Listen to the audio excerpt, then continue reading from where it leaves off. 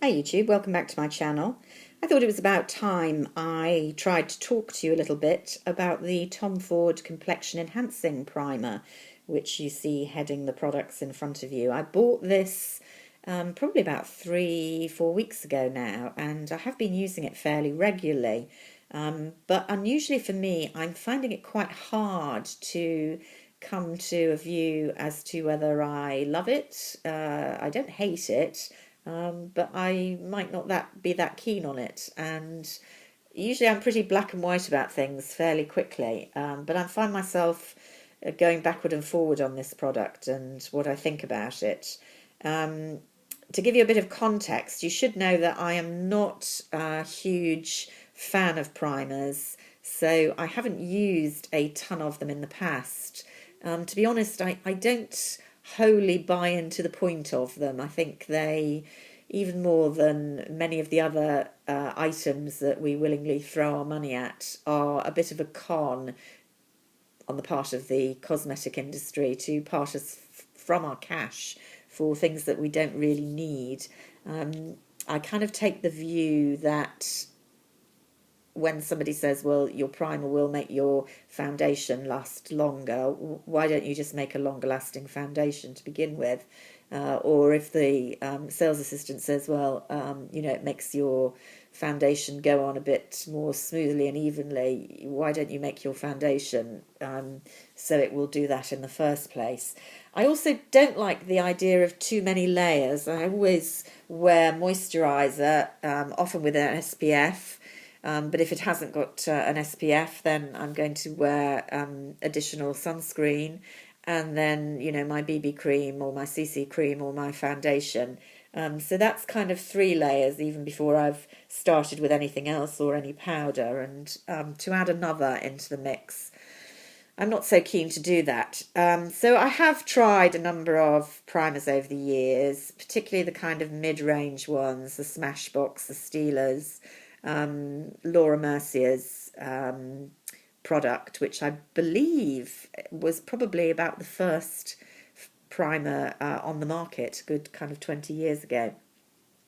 To be honest, what I tend to use, and I have talked about this before, but just to remind people, instead of a primer is a liquid illuminator, because one of the concerns I have with my skin is a kind of flatness, the loss of glow that you get as you age. So I tend to remedy that with very often this product, which is one of my hero products, Becca's Shimmering Skin Perfector Illuminator. This one's in pearl, but I have other ones. A fantastic multi-use product. A lot of people will just use it like a highlighter by tapping on. It's a creamy liquid to highlight after they've done other parts of their makeup. Or you can use a pump with your foundation. I still do this sometimes. If I've got a foundation that's too matte for my liking, then I'll add some of this to give it a bit of glow. Or more usually, and this is where I say instead of a primer, I put a thin layer over the whole face, and I find that this works to show through a light to medium foundation and give me a bit of glow. So that's what I use very often. I don't know whether it extends the life of my foundation, difficult to judge. It possibly makes it go on a bit smoother, but basically I'm using it there for illumination. And this product by Tom Ford is supposed to be doing the same thing. So in other words, as well as being a primer and giving you a better kind of canvas for your makeup, they don't, interestingly, advertise it as extending the life of your makeup, but they do advertise it as giving you that additional dewy glow. So I thought eventually I'm going to give this a try, most particularly because I saw some reviews that said it was excellent at reducing or camouflaging pore size. And that's the other issue for me with my foundation. I have quite enlarged pores around the nose area and the chin area, and I don't like when my foundation sinks into those pores and looks a slightly different colour within the pores than the rest of the skin. And I can particularly see that unattractive aspect of my skin now that I've got that illuminated magnifying mirror, which I showed you the other month. So I thought this is a product for me to try. Now, what can I say about it? First of all, it's very expensive, £54 a bottle. That's at least twice what I've paid for any primer in the past. The Becca at the back is 20 something, high 20s maybe, 25, 26, 27, something like that. I've tended to buy Smashbox, Laura Mercier, those all around the £25 mark. So this is a significant investment for me and for anybody else buying it. Second thing about it, very nice packaging. I should say how much you're getting, I suppose. 1 fluid ounce, 30 mils. So, fairly standard sized bottle for your £54. Nice packaging, the usual kind of Tom Ford colours and lines. Really like its pump action, but the kind of pop-up lid. So although it, goes over to the top there, you can wipe that off much easier than getting a gunged up lid. So those are all pluses. But what's the product like? They make this one. There is an illuminating one that's been in the past, which is this sort of colour I haven't tried.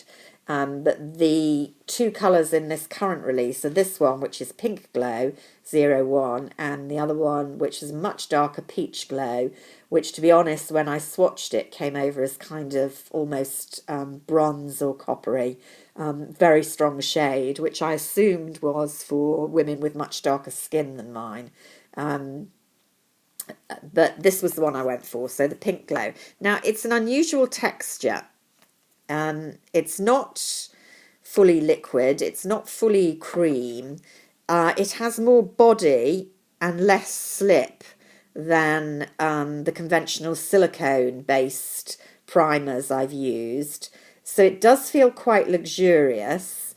There's a definite slip, but not the really kind of ice rink slip, I'm going to say. That's a bit kind of OTT, but those of you who've used silicone-based primers will know what I mean. Now, I don't like the silicone-based slippiness, not only because it can make your foundation bead up if you overdo it, but more particularly because I often find it feels itchy on my skin. This definitely doesn't. But what I will say is you need a lot of it to cover your face. I need 4 or 5 pumps of this for one makeup. It just doesn't cover a huge amount of area for, the usual kind of half pea-sized blob.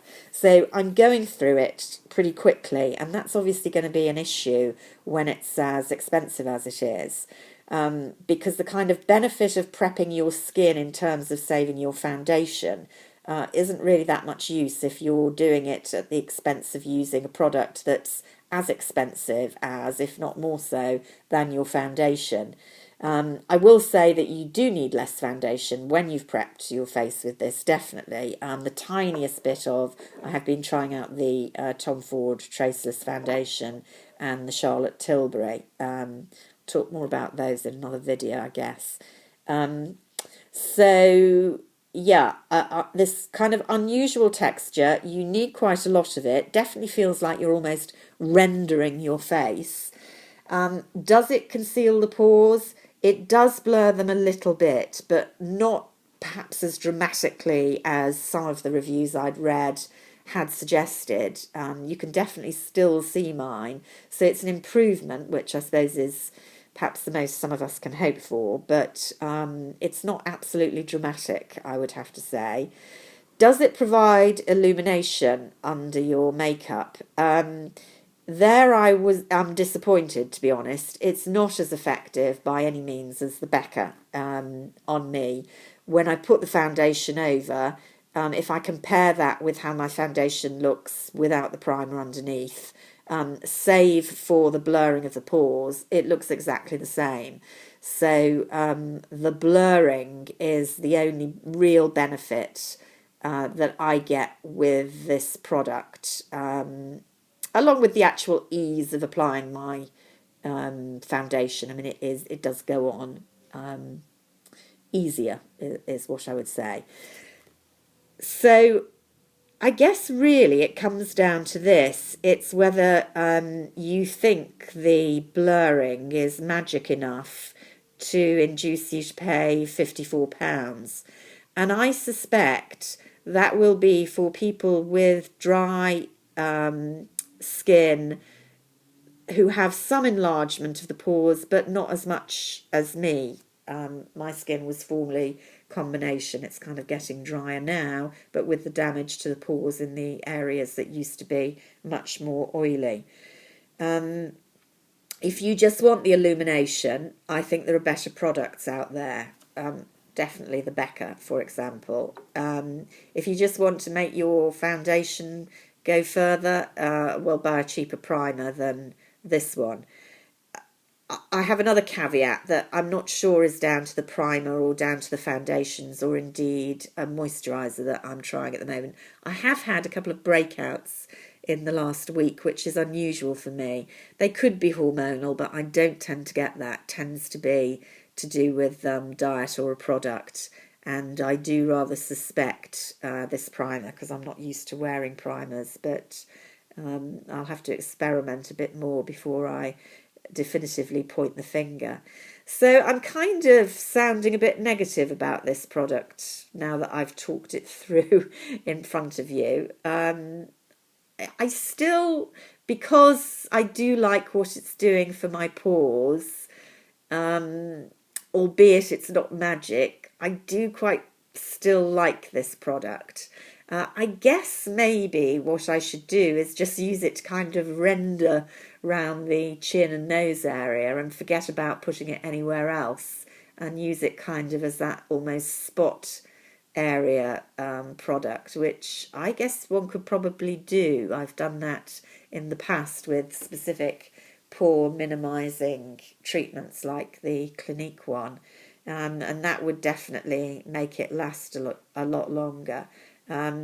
But in terms of the complexion enhancing, well, I suppose that's a interesting kind of title they've given it. They're not specifically saying it's illuminating, and they definitely don't claim on the website and the publicity blurbs that it makes your foundation last longer. I certainly haven't noticed any improvement in the overall wear of my foundation, which I have to say is good with both of these two in any event.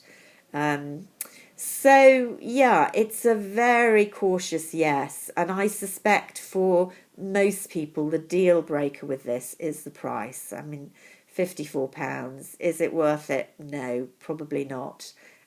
We could say that about a lot of things, but I think most of us, even those of us who are prepared to spend a lot for our cosmetics and skincare, have a tipping point and kind of want to prioritise certain items. And whilst I think it's well worth spending that sort of money on a good foundation, at the end of the day, I don't think it's worth spending on a primer. So those are my thoughts on the Tom Ford primer. I'd be interested to know if any of you have tried it or have primers, particularly non-silicone based ones, that you'd like to recommend. And until next time, bye for now.